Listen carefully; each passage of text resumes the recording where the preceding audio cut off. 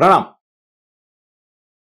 आता लोकसभा निवडणुकीचं आपल्याकडलं म्हणजे आता मी मुंबईत आहे, ठाण्यात आहे, त्यामुळे इथलं मतदान आमचं 20 तारखेला आहे. त्यानंतर अजून एक फेरी आहे देशामध्ये. 1 किंवा 2 आहेत मला वाटतं. 1 जूनला शेवटची आहे. 4 जूनला निकाल आहे. आता वेगवेगळे अंदाज व्यक्त होत आहेत.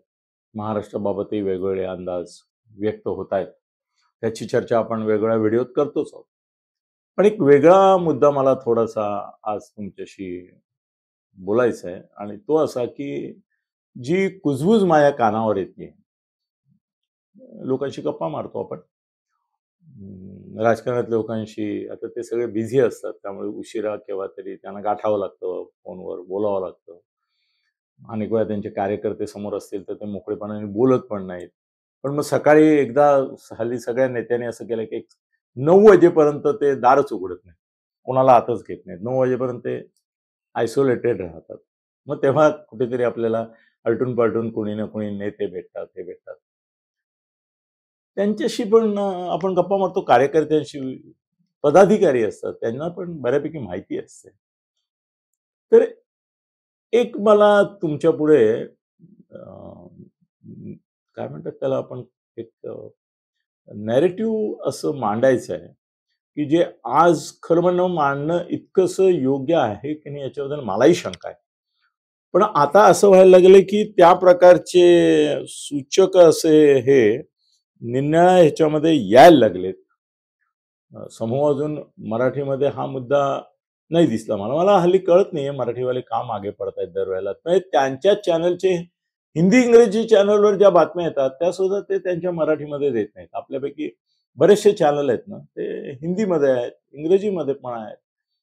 तिकडे येतात त्या बातम्या, इकडे येत नाहीत का माहिती नाही मला, पण व्हॉट एव्हर इट इज. पण आता मला तो जो एक सुगावा लागतोय, एक मागोवा मी घेतोय, त्याच्यामुळे मला असं वाटतं की लोकसभा निवडणुकीचा निकाल लागल्यानंतर आता त्याच्या बाबतीमध्ये 3 गोष्टी आहेत. एक जे कट्टर असे मोदी विरोधक आहेत, जे कट्टर असे महायुती विरोधक आहेत, ते 25-30 पेक्षा जास्त जागा द्यायला तयार नाहीत महायुतीला. जे थोडेसे म्हणतात की नाही, इतकं एका 41 वरून एकदम किती घसरतील. ठीक आहे, अजितदादांच्या सीट्स जातील, शिंदेच्या जातील, भारतीय जनता पक्षाच्या जातील, पण एकूण किती गेल्या गेल्या गेल्या तरी देखील 35-37 तरी येतीलच येतील, असंही म्हणणारा एक मोठा वर्ग आहे. आता सट्टाबाजारांनी महाराष्ट्रामध्ये 48 पैकी 41 जागा येतील असं म्हटलेलं आहे. योगायोग बघा की 41 हा आकडा फडणवीसांचा नाहीये, फडणवीसांचा 45 आहे. अमित शहाचा आकडा 41 आहे. हे कौतुक आहे की अमित शहानी जो आकडा दिला महाराष्ट्रामध्ये 48 पैकी 41 जागा येतील असं अमित शहा म्हणालेले, रेकॉर्डवर आहे, व्हिडिओ अवेलेबल आहे, तो तुम्ही बघू शकता.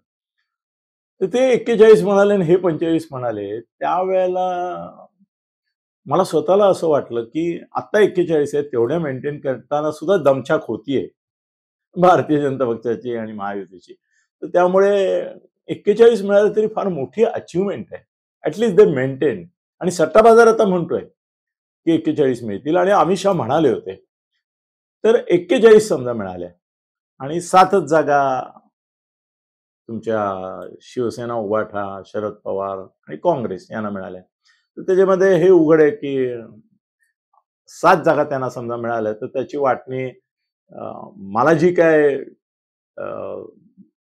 ऐकायला मिळते, दिसतीये थोडीशी ऐकायला मिळते, हे जास्त खरं. कारण मी हल्ली जे बोलतो, मी परवाच ऐकायला म्हटलं की तुम्ही सगळ्या लोकांनी मिळून माझा पोपट करून टाकलाय. म्हणजे वाईट अर्थाने नाही, म्हणजे असं की तुम्ही सगळे मला जे काय सांगता, पढवता, ते मग मी त्याचं घुसळण करतो आणि काहीतरी त्याच्यातून निष्कर्ष काढतो, एक कुठला तरी बिंदू पकडतो की हा, या सगळ्यांचा हे मध्यबिंदू हा आहे. तर 7 जागांपैकी मला स्वतःला असं वाटतं की शरद पवारांकडे 2 जागा येतील. त्यानंतर 7 पैकी 2 गेल्या म्हणजे 5 राहिल्या. त्यानंतर 2 जागा शिवसेनेकडे येतील, उबाठाकडे, आणि 3 जागा काँग्रेसकडे जातील. म्हणजे 3 आणि 2, 5 आणि 2, 7. 41 आणि 7 झाले 48. हे आता मला दिसतंय जे चित्र त्याच्यावरून. आणि शिंद्यांकडे 15 जागा आहेत.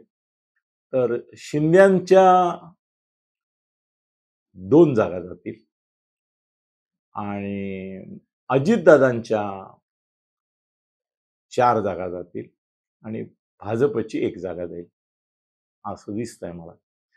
तर एकूण हा पसारा मी असा आता व्हिज्युअलाइज करतोय. पण मला आणखीन एका मुद्द्याकडे तुम्हाला न्यायचं आहे, सांगायचं आहे आणि तो मुद्दा असा आहे की जो अजून चर्चेला आला नाही. कदाचित बाजारात तुरी भटभटणीला मारी असं म्हणतात, तसे लोक म्हणाले असतील, अरे अजून लोकसभा निवडणूक तर होऊ दे, लोकसभा निवडणुकीनंतर काय हे निकालावर ठरेल. पण तो निकाल कुठेतरी दृष्टिक्षेपात येत असताना काय हरकत नाही ना त्याच्यावर चर्चा करायला. याचं कारण सांगतो तुम्हाला. मी आजची चर्चा का करतोय माहितीये की हे पक्ष, मला जे कळतं ते अजितदादांपर्यंत पोहोचतं, शरद पवारांपर्यंत पोहोचतं, उद्धवपर्यंत पोहोचतं, संजयपर्यंत पोहोचतं, संजयपर्यंत पोहोचतं मला माहिती आहे ना. जितेंद्र आव्हाडपर्यंत पोहोचतात या गोष्टी, त्यालाही माहिती असतात या गोष्टी, फडणवीसांना कळतात, एकनाथजींना कळतात. त्यामुळे हे काय फार मोठं गुपित असतं असं नसतं, हे या लोकांना माहिती असतं. आणि त्यांच्याशी बोलताना ते स्वतःहून जरी सांगितलं नाही ना, आपण त्यांना म्हटलं की असं असं वाटतंय वगैरे वगैरे, तर ते त्यांच्या स्वभावानुसार हे करतात. समजा मी फडणवीसांना म्हणालो की 41चा अंदाज आलेला आहे, ते म्हणतात मला अजूनही असं वाटतं की आम्ही 45 पर्यंत पोहोचू. 41 सुद्धा आता आमच्या येतोय वाईट नाहीये, पण 45. शिंदेनं म्हटलं तर ते शिंदे म्हणतील की मला किती येतात किती जातात पेक्षा मला मोदी साहेब दिल्लीमध्ये 400 पार गेले पाहिजेत, मग त्याच्याकरता महाराष्ट्राने आपला वाटा उचलला पाहिजे असं मला वाटतं. त्यामुळे जास्ती जागा येणार आणि माझ्या 15च्या 15 येणार, मी गॅरंटी घेतो असं ते बोलतातच. ते म्हणतात मी माझ्या 15 जागा आणणार, माझी कॉन्ट्रीब्युशन मला किती दिली आहे 15ची ती मी आणणार. भाजपच्या आणि दादांचं बघावं, आणि दादांच्या जागांबद्दल कोणालाच खात्री नाहीये. दादांना विचारलं तर ते म्हणतील 12मती येईल एवढं मी सांगू शकतो, बाकीचं मला काय माहिती नाही. शरद पवार पण तसंच म्हणतील की एक माझी कोल्हेची येईल आणि एक तुमची त्याने एक सांगितली सीट कुठली ती येईल. या 2 सीट्सच्या बद्दल त्यांना गॅरंटी आहे. तर तो निलेश लंके कुठे उभा आहे? त्या पाटीलच्या ह्याच्या विखे पाटलांच्या मुलाविरुद्ध आहे ना, सुजय. शरद पवारांना निलेश लंकेबद्दल फार आशा आहे बरं का. ते असं बोलताना म्हणाले माझ्या मित्राला की निलेश लंकेची जागा येईल आपली आणि बाकी मग सगळं ठीक आहे. तर शिवसेनेच्या 2 जागा लागतील, पण त्यात मुंबईतली नसेल, मुंबईच्या बाहेरच त्यांना लागतील. एनिवे, पुढे काय होणार आहे याच्याबद्दल मी मुद्दा छेडलाय, तर तो मी आता तुमच्या पुढे मांडतो की मला असं वाटतं की महायुतीमधून लोकसभा निवडणुकीनंतर अजितदादा बाहेर पडतील किंवा त्यांना बाहेर काढलं जाईल अशी परिस्थिती. भाजपवाले हुशार आहेत. ते काय करतात, परिस्थिती अशी निर्माण करतात की तुम्ही बाहेर पडावं. आतापर्यंत जेवढे त्यांचे पक्ष बाहेर पडले त्याच्यामध्ये कुणाच्या ढुंगणावर लाथ मारून त्यांनी दिलं, अपमानित करून काढून टाकलं, धक्के मारून बाहेर काढलं, असं नाही केलं त्यांनी. त्यांचं कसं आहे ना, सोफे तेल लावून मारतात ते. तसं आहे ते की ते परिस्थिती अशी निर्माण करतात की तो पक्ष बाहेर पडेल किंवा त्या पक्षाशी जमणार नाही. इव्हन शिवसेनेशी 14 साली जे फिसकटलं त्यांचं, ते देखील असंच नव्हतं का हो. एका जागेकरता भाजपने पाठागाठी मोडल्या आणि भाजपनेच त्या मोडल्या याचा पुरावा कुठला माहितीये का? एकनाथ खडसेंनी सांगितलं की शिवसेनेची युती मी तोडली. त्यावेळी ते अध्यक्ष होते. खडसे म्हणाले, स्वतः खडसे म्हणाले की शिवसेनेबरोबरची युती मी तोडली. अभिमानाने सांगितलं त्यांनी त्यावेळेला. आता पुढे प्रॉब्लेम झाला, परत शिवसेनेबरोबर जावं लागलं, खडसेही मंत्री झाले वगैरे, तो वेगळा. पण त्यांनी सांगितलं की भाजपने युती तोडली आणि एका जागेसाठी तोडली. 19ला परत तेच झालं नाही का? भारतीय जनता पक्षाने जर इवी तुमचा मुख्यमंत्री बसलाच नाही. आधी बसले उद्धव ठाकरे, त्यांनी व्यभिचार केला, भ्रष्टाचार केला, काय जे करायचं ते केलं, पण भाजपला धडा शिकवला त्यांनी की 2.5 वर्ष मला देत नाही का, मग मी चाललो महाआघाडी बरोबर. त्यांनी करून दाखवलं 2.5 वर्ष, ते पण सोपं नव्हतं. नंतर शिंदे झाले, म्हणजे परत फडणवीस झालेच नाही. म्हणजे भाजपचा मुख्यमंत्री व्हावा याकरता शहानी उद्धवजींबरोबरची हे तोडली युती, त्यांना मुख्यमंत्री करायचं नाही म्हणून त्यांना मुख्यमंत्री इकडे ढकललं, महाआघाडीकडे ढकललं कोणी, यांनीच ढकललं ना. तरी दिलं असते समजा पहिले 2.5 वर्ष, फडणवीसांना नसतं केलं. आता तरी कुठे केलं? जेव्हा संधी होती तुम्हाला फडणवीसांना करायची तेव्हा तुम्ही नाहीच केलं ना राव. फडणवीस होऊ शकत आहे. एकनाथ शिंदे सरळ माणूस आहे, साधा माणूस आहे. ते उपमुख्यमंत्री पदासाठी तयार होते. अमित शहानी सांगितलं की आम्ही तुम्हाला मुख्यमंत्री करणार आहोत आणि फडणवीसांना पत्ता लागू देऊ नका, हे मी सांगतोय. याला महत्व आहे. फडणवीसांना न सांगता फडणवीसांशी दगाफटका करून अमित शहानी त्यांना बसवलं. मग फडणवीस नाहीच झाले ना. तुम्हाला शक्य होतं तेव्हाही झाले नाही, तेव्हाही तुम्हाला 2.5 वर्ष त्यांना देऊन पुढल्या 2.5 वर्ष फडणवीसच झाले असते ना. मग का तोडली होती? युती तोडण्याचं पाप अर्ध उद्धव ठाकरेंचं आहे असं आपण म्हणतो वगैरे, अर्ध बीजेपीचं पण आहे. काय फरक पडत होता? आधी दिलं काय नंतर दिलं काय? त्याकरता महाआघाडीचं 2.5 वर्ष सत्ता सोसावी का लागली तुम्हाला? सगळे हे पुढे बिघाडी का झाली? हे सगळे कोर्ट कचे हे ते का करत बसावं लागतंय? का 2 पक्ष फोडल्याचं पाप तुमच्या खापर माती पडलाय? काहीच गरज नव्हती ना. तेव्हा बाद ठीक आहे, उद्धवजी व्हा पहिली 2.5 वर्ष, पुढल्या बरे हेच मंत्री राहिले असते सगळे.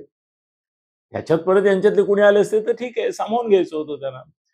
म्हणजे भाजप ढकलतो. मला असं वाटतं की अजितदादांबद्दल एक वैफल्य, निराशा, नकारात्मक भूमिका हळूहळू बीजेपीच्या मनात आहे. तर बीजेपीचे का म्हणायचं बरं मी मुख्यतः मोकळेपणाने बोलतोय तर बोललं पाहिजे की फडणवीसांच्या मनात आहे आणि आता शहांकडे एक लॉबी कानाला लागलेली आहे की अजितदादांना घेण्याचं आपलं काही साध्य नाही झालं आणि विधानसभेलाही फक्त जागा मागत राहतील ते. त्यांच्या लोकांना मंत्रिपद आता बघा ना किती हट्टाने त्या बरं तो आले असे दबावाखाली की 10 मंत्रिपद तीही त्यांच्या मातब्बर नेत्यांना घेऊन गेले आणि भाजप आणि शिंदे गटाचे लोक बघत राहिले. आकाशातून आले काय, मंत्री झाले काय, ते होते तिथेच राहिले. केवढा असंतोष पेलायला लागलाय. त्यांना समाधानी करण्याकरता काय काय करावं लागलंय. भाजपत नाही एवढं करावं लागलं पण शिंदेची ससवलपट झाली. एकेकाचं समाधान करताना आहेत गप्प, ते गप्प आहे ते कधी आरडाओरडा सुरू करतील सांगता येत नाही. शिंदेना धोका आहे त्यांच्यापासून आणि अजितदादांच्या येण्याने काहीच साधलं नाही. काय एक जागा नाही आली महाराष्ट्रात अजितदादांमुळे. दाखवा मला तुम्ही निकाल लागल्यावर की ही जागा अजितदादां नसते बरोबर तर आली नसते. खुद्द अजितदादांच्याच येत नाही. काय अजितदादांचीच जर एकही जागा येणार नसेल तर मग काय राहिलं? मग त्यांच्यामुळे दुसऱ्यांच्या जागा येणं तर दूरच राहिलं. मी केवळ तटकरे यांच्या भरोशावर आहे. अजितदादांची अब्रू तटकरे वाचवू शकतील फक्त वाचवली तर तर तर पण अजितदादांना ते दूर लोटतील किंवा ते जातील दूर अशी व्यवस्था करतील. अजितदादांचं काय व्हायचं, काय होईल याची चिंता भाजपवाल्यांना नाही. त्यांनी अकाली दलापासून सगळ्यांशी युती तोडली. त्यावेळेला अशी नाही चिंता केली की मी यांना सोडल्यावर हा कुठे जाईल. जाईल त्याला हवं तिथे, नाही तर राहील, नाही तर नष्ट होईल. काही फरक नाही. दुसरं एक माझं महत्वाचं गणित असं आहे की राज ठाकरे यांना खूपच जागा हव्या आहेत. जरी आता 14ला 19ला त्यांचा एकच आला असला तरी ते असं म्हणतायत की जसं काँग्रेसचा एकच खासदार होता तरी देखील काँग्रेसला तुम्ही दिल्यात ना जागा, काहीतरी 10 दिल्या ना आता लोकसभेला.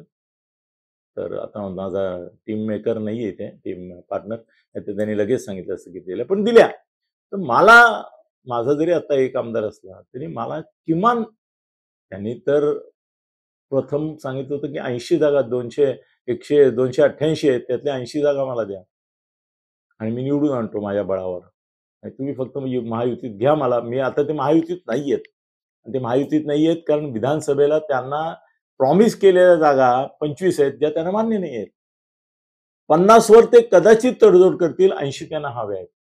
तर मला असं वाटतं की राज ठाकरे हे या लोकसभा निवडणुकीत कुठेही त्यांच्यामुळे उमेदवार निवडून आला असं होत नाहीये. श्रीकांत शिंदे गेल्या वेळेला आलाच होता ना. श्रीकांत शिंदे येण्यामध्ये मनसेचा काहीच वाटा नव्हता. उलट मनसे 19 साली तर मोदी शहांना महाराष्ट्रात याल तर लाथा घालून बाहेर काढू, कसे पाय ठेवता ते बघतो, आता काय औरंगजेबच आहे असं बोलत होते.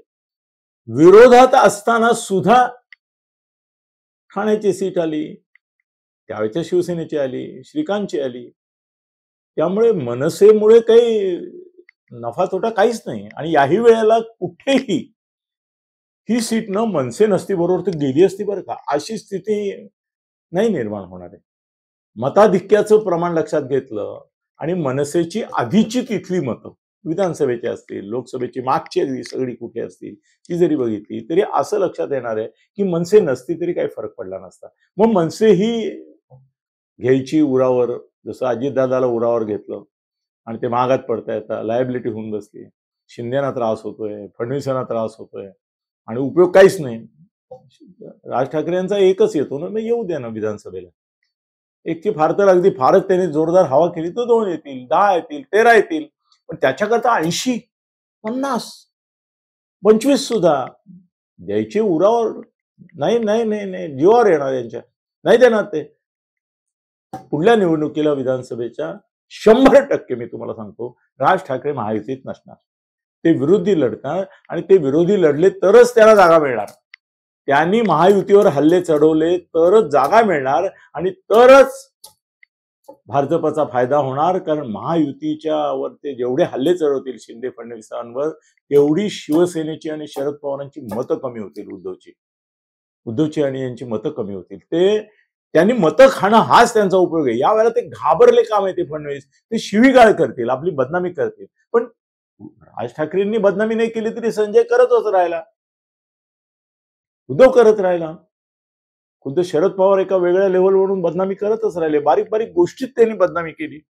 किती क्षुद्र लेव्हलवर जाऊन शरद पवार यावेळेला बोलले. तर शोभायात्रा, यांच्या शोभायात्रा गावात निघतात त्यांच्या पक्षाच्या सुद्धा.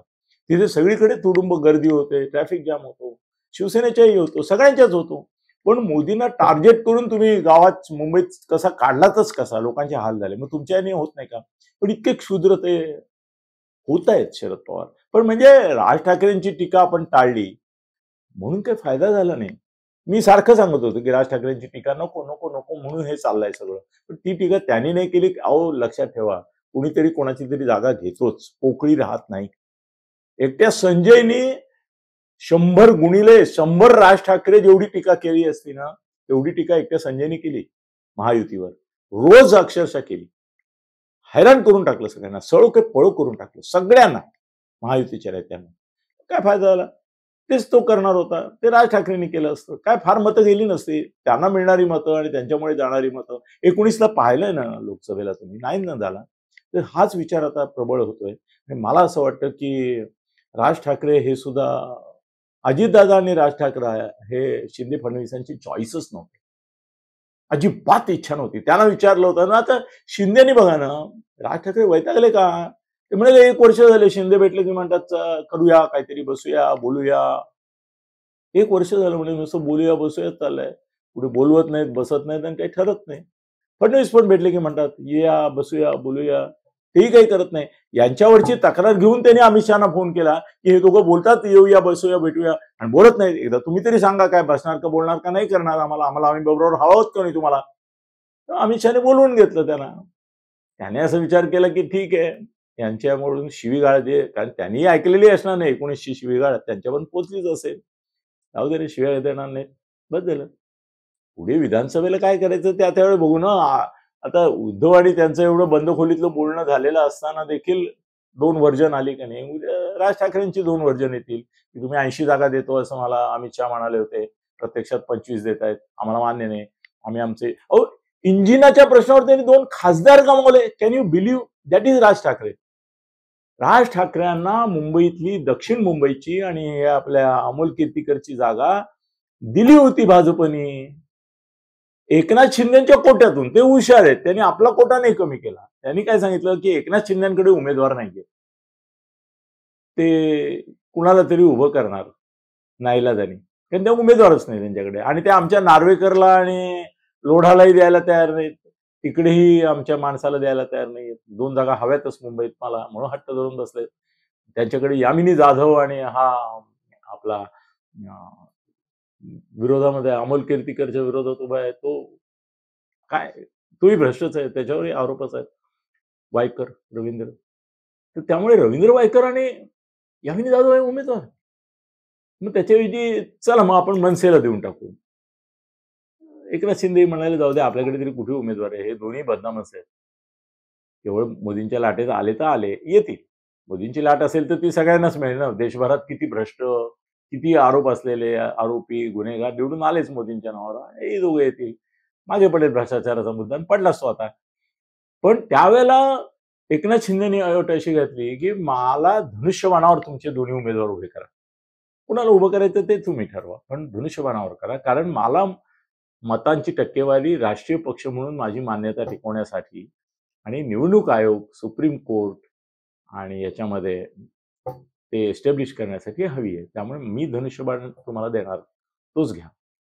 एक फक्त जसं 14 साली एका पालघरच्या जागेवरून युती तुटली शिवसेना भाजपची आणि भाजपने तोडली ती, तसं यावेळेला राज ठाकरे यांनी 2 खासदार, अरे काय चीज आहे, देशभरामध्ये 2 खासदार आज मनसेचे आले असते. काँग्रेसचा महाराष्ट्रातून 1 खासदार होता गेल्या वेळेला, 2 येऊ शकत होते. इंजिन का धनुष्यबाण, त्यांनी सांगितलं नाही इंजिन आणि वर सभेमध्ये सांगितलं की मी माझं इंजिन सोडलं नाही. मी तर म्हणत होतो की शिंदे आणि अजितदादांनी देखील धनुष्यबाण आणि घड्याळाच्या वेळी कमळावर उभं राहावं. सगळेच्या सगळे आले असते त्यांचे, जे काय आता दुरावस्था होती ती झाली नसती. नाही ऐकलं त्यांनी, यांनी पण नाही ऐकलं. केवळ इंजिन पाहिजे एवढ्या एका हट्टाकरता 2 खासदार गमावणारा माणूस आहे हा. हे थोडा आग्रही दुराग्रही आहे की नाही मला इंजिन नाही ना देत, मग नको त्याला.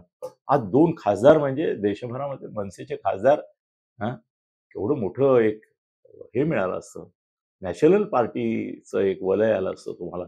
राज ठाकरेंना दिल्लीमध्ये प्रतिनिधी झाला असता, अँबॅसेडर मिळाला असता, पण नाकारलं त्यांनी. त्यामुळे जागा वाटपाच्या संदर्भात राज ठाकरेंचं समाधान करणं युतीला शक्यच नाहीये आणि त्यांना जागा देणं म्हणजे भारतीय जनता पक्ष, शिंदे गट या दोघांच्याही पायावर धोंडा पडून घेणार. अजितदादांना जागा देणं धोंडा पडून घेणार. अजितदादांच्या जागा कशा मार खातात बघा यावेळेला शरद पवारांच्या पुढे कसे पडतात. त्याची नुसतं किती आले गेले बघू नका, कोण कुठे कसे पडले, किती मतांनी पडले, मताधिक्य कोणाचं किती आहे हे पण यावेळेला आपण तपासूया, बोलूया ना आपण त्याच्यावर.